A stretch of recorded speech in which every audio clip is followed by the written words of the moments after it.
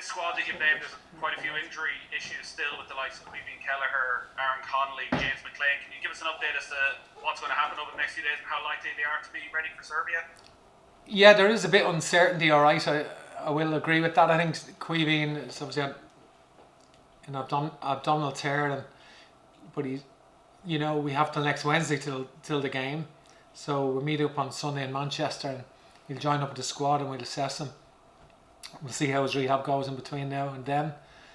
James is early enough days in his rehab as well, James McLean, so we'll have to see how that goes. It's too early to predict that.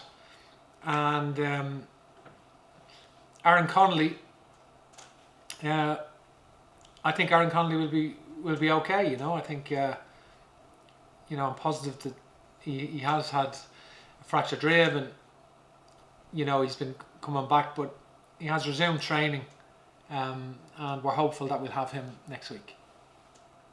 There's obviously been significant change behind the scenes since the last camp with Damien Duff's departure and Anthony Barry coming in. Can you talk about the process of replacing Damien Duff and how you came to deciding that Anthony Barry was the one to come in, and also on Damien Duff's departure so sudden, did you feel in any way let down that he wasn't here to see it through till the end?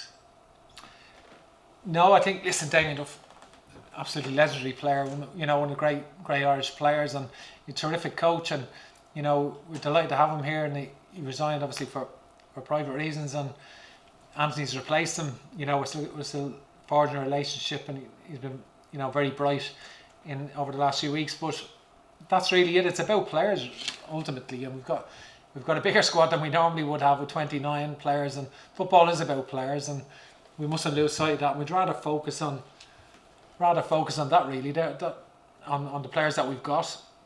I think one of the things that's interesting, Nathan, is that we have 12 players that have come through the international setup, the under-21s, and into the senior team. That's 12 in the last couple of years in this squad. So we've players from the four corners of Ireland, really, the four provinces. We've got Queeveen Kelleher, obviously from Ringmountain Rangers. We've got St Kevin's Boys, the goalkeeper, Shamrock Rovers, the Manchester Irish, Man United, and O'Shea at St Kevin's, Ryan Manning at Merview in the midfield, Jason Knight at Cabinteely, Jason Malumbi, Villa FC, Josh Cullen, sort of the London Irish at West Ham, and the forward Ronan Curtis at Derry, Troy Parrott at Belvedere, and Aaron Connolly at Merview, and that's like grassroots clubs who are producing players who are being either produced then with the National League clubs or going to England, and that's we didn't have that for 8 years of hardly anyone coming through, and all of a sudden we've got 12 players coming through the system now to join up the good experienced players that we have. Behind that we've Nathan Collins and Adam Ida and Michael Obafemi and other lads who Jim Crawford has in the under-23s. So we've another crew coming through after that, and we want to have a system where we have continuous crew of players coming through every year. And that has to be the ambition with the development of football throughout Ireland. People say we don't have any emerging players. Well, I think what does the FAI stand for? What is the reason for its existence? Surely this is a strong reason for its existence, that grassroots clubs infiltrate players that grow at the clubs into the international underage teams and into the senior team, and now the culmination of which is the World Cup Qualifiers next week in Serbia, which we're looking forward to. Gavin Cooney, please. Me, Kieran, yeah, is it? Yeah. Yeah, sorry, hi Stephen, I'm coming through, yeah. Hi Gavin, yeah, how are you? Good stuff. Shane Duffy, Stephen, has played every minute under your tutelage so far, but he's had a fairly torrid time at Celtic since you were last involved in the international squad. So is he still an automatic starter for you, or is his place under threat? I think it's fair to say that nobody is an automatic starter, and there isn't really anyone. I can honestly say there's nobody in the squad that would be an automatic starter, and I've no problem leaving anyone out. But what I will say about Shane Duffy, we know that he's had a tough year. He knows he's had a tough year at Celtic. He's been an incredible. He's been a great player. He's never let Ireland down. Shane Duffy's never let Ireland down. He's played when he's been injured. He's played 3 games in 6 days. He's travelled twice within that. Put everything on the line for Ireland continually, and you know, we shouldn't forget that. We shouldn't forget that just because he's having a tough time. And so he's capable of coming back. He's back training with Celtic, and he's in their squad for the match the weekend. He may not be selected, but he comes back into our squad. And then at the other end of the pitch, Troy Parrott is included for the first time proper, I suppose, in terms of being named in a squad at the start of the window. Is he ready to start, do you think, a game as big as Serbia away on Wednesday? No, I think it's fair to say that Troy's unlikely to start against Serbia, and I think he has found life goals hard to come by, obviously, since he started playing in the Championship in League One. But you know, we've seen him play live. One thing that he's done, his work rate has been really exceptional. He gives everything for the team all the time, and I think we understand Troy is in the team because we've seen it with our own eyes from when he was 15, 16, 18, under 19s, under 21s. Scored 5 exceptional goals for me in about 4 games, really top class against good teams. And we've seen it with our own eyes. We've seen it at Tottenham growing up. So this is part of his. Nobody gives you anything in life. I think you have to earn it, and nothing goes always swimmingly. And goes, you know, where you just come in and hit the ground running, and maybe Haaland or something at Dortmund. Maybe that's happened for him, but not too many others. And I think he's finding his way. He's shown a good attitude, and now he's unlikely to start in Serbia, I would say. But he's there for the 3 games and a valuable member of the squad. Thanks, Stephen. Thanks. Paul Walsh, please, from Virgin. Thanks, Kieran. Hi, Stephen. Can you hear me there? Paul, how you doing? How are you? How's it going? Stephen, do you think that the departures, are you concerned that perhaps the departures and the sudden departures of Alan and Damien could affect morale in the camp? No, I'm not. I think of great respect for the contributions Alan Kelly and Damien Duffy have made to Irish football. Both made tremendous you know, service to Ireland over the years. So I'm not at all. I mean, ultimately, the players understand World Cup qualification is unique. We haven't qualified since 2002, since Japan and Korea. This is a sort of a new 12 new players. You've got experienced players like Captain Seamus Coleman is back. Is tremendous boost having Seamus back in the squad. And I think ultimately we understand that it's a difficult thing to do to qualify for a World Cup, but it was only 8 games in the qualifier. World Cup campaigns used to be 18 months at times, and Serbia's half of their campaign is in March nearly. They've 3 out of their 8 games in March, so it's unusual. So it's a 6-month campaign from March to November. We'll know whether we're in the playoffs, whether we're going to the World Cup, whether we're not. And I think so I think it's a huge motivation for the players, and the 3-game windows, how you navigate them. We've learned a lot in the last couple of months because we had 3-game windows and 3 competitive games. Some other countries haven't, and we've learned a lot in that period. And that's new for international football. That's never happened before. And you know, so it's we're looking forward to the games. Tough game against Luxembourg, believe it or not, because when you see, traditionally Luxembourg would have been in the distant past, you know, a comfortable victory. I think obviously now they've had 10 points in the Nations League. They got and had some good results.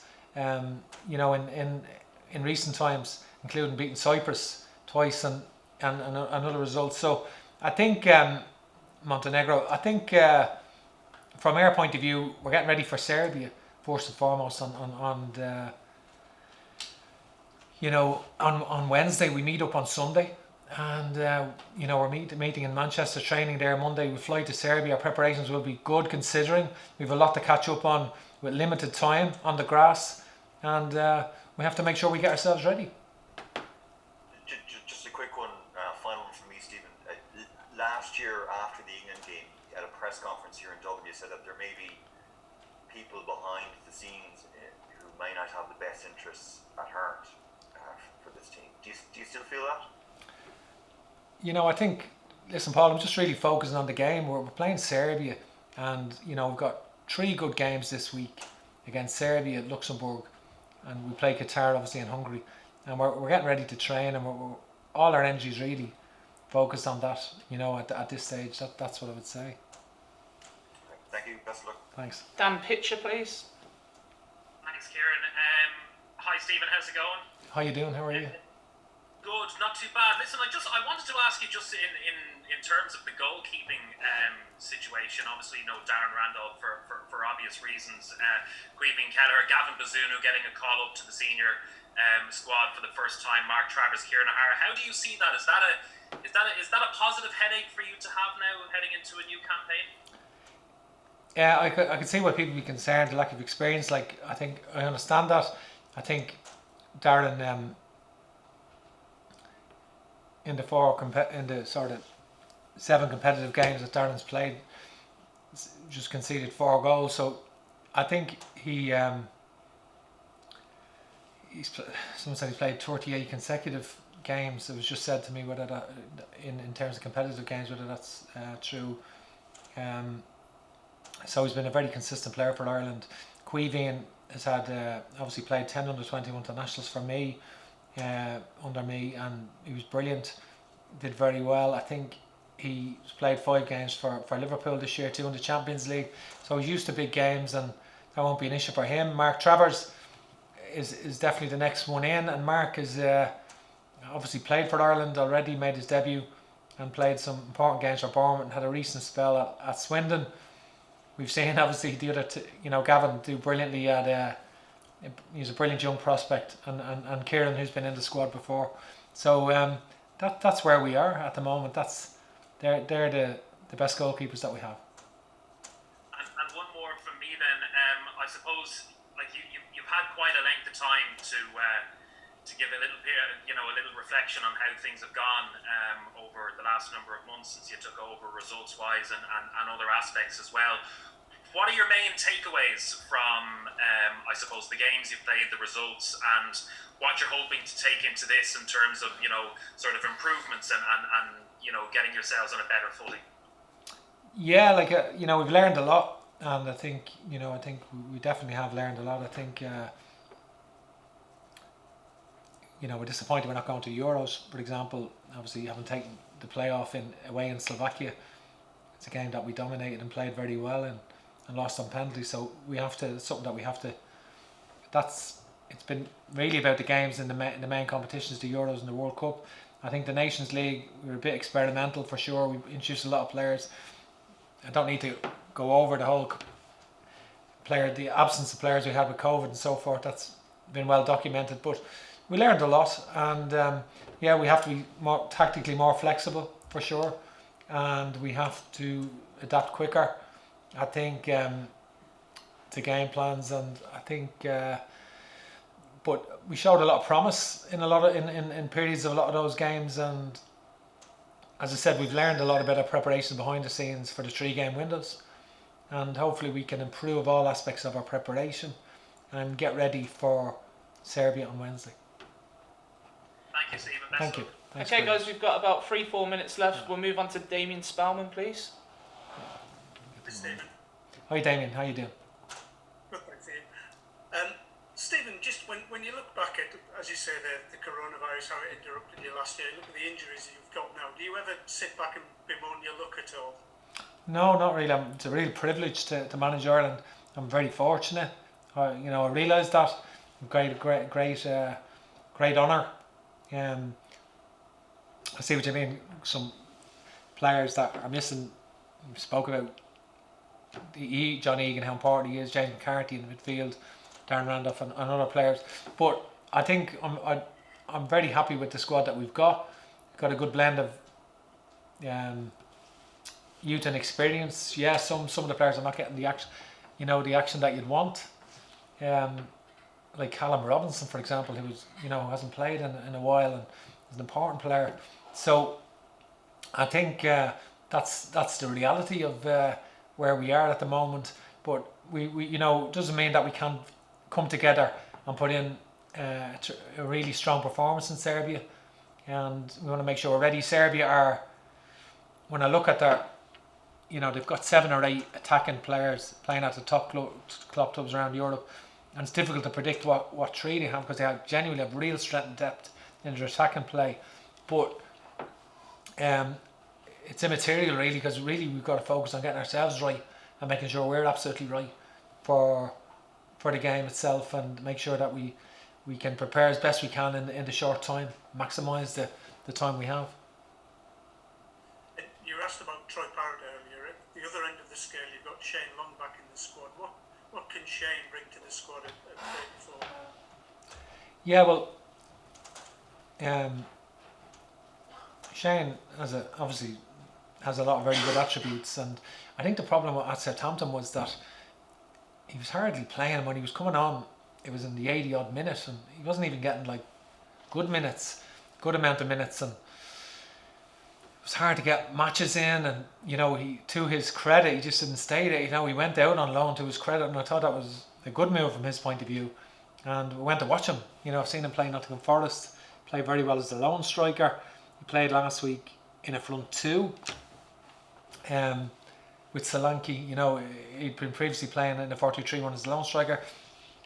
He has been in and out of the team. He's not playing this weekend because he's cup tied, but he he has shown some good form. I think he's actually playing better now since he's gone to Bournemouth. With the probably getting a few consecutive games under your belt helps you. It's not perfect because he's not playing every game, but it's that's where it is. Thank you. Good luck. Thanks. Ed Leahy, RTE. Thank you. Stephen, I suppose first of all, just you mentioned lack of experience in goal and I suppose injuries at the back. Richard Keogh and Kieran Westwood played against each other last night in the Championship. Were either player considered for this squad? Yeah, both players, in fact, Ed, were considered, and I think Kieran isn't available really at the moment to be for selection. He had broken ribs and he missed a month, and it was a surprise to see him in the team sheet last Saturday actually, and I'd spoke to him to check his availability, but he's not even training at the moment with Sheffield Wednesday, and he can't train. He's just he's just sort of putting himself on the line and getting through matches and not training, and as he still has recovering from a broken rib. Richard, yeah, sure, I've been to watch Huddersfield and so forth. I've seen him play Luton, seen him play other matches, and he's getting back into it, and yeah, he's done brilliantly to rebuild his career, to be fair. Grand. Another question, just if you could just clarify, is Westwood still? Is he still keen to play for Ireland? Yeah, no, he has said he's keen to play for Ireland, but he's ruled out because he's in his view, in his words, he's only 60% fit at the moment. Oh yeah. In his words. Cool. And so then, just in terms of the Serbia game, is the benchmark for that performance the Slovakia away match, I suppose? And what do you expect from the Serbia team, considering they've a difficult start to their campaign? They want to make an impression at home, I suppose. Yeah, we did see contrasting performances. We've seen obviously Serbia go and beat Norway away, and they were very impressive in that in the semi-final of the playoff, where they dominated and definitely deserved to win that. And obviously Scotland, got a great result there, and you have to admire that.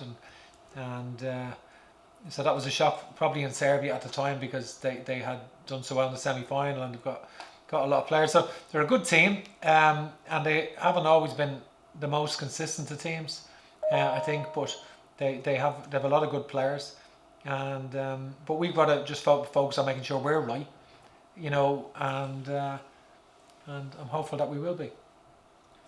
Okay, David Dunn from Lansdowne Road. Hey Stephen, I'm just wondering, Hi, obviously David. with this campaign, it's a brand new campaign, is it more about getting a young team together and blooding them together as opposed to qualification? No, it's not. No, it's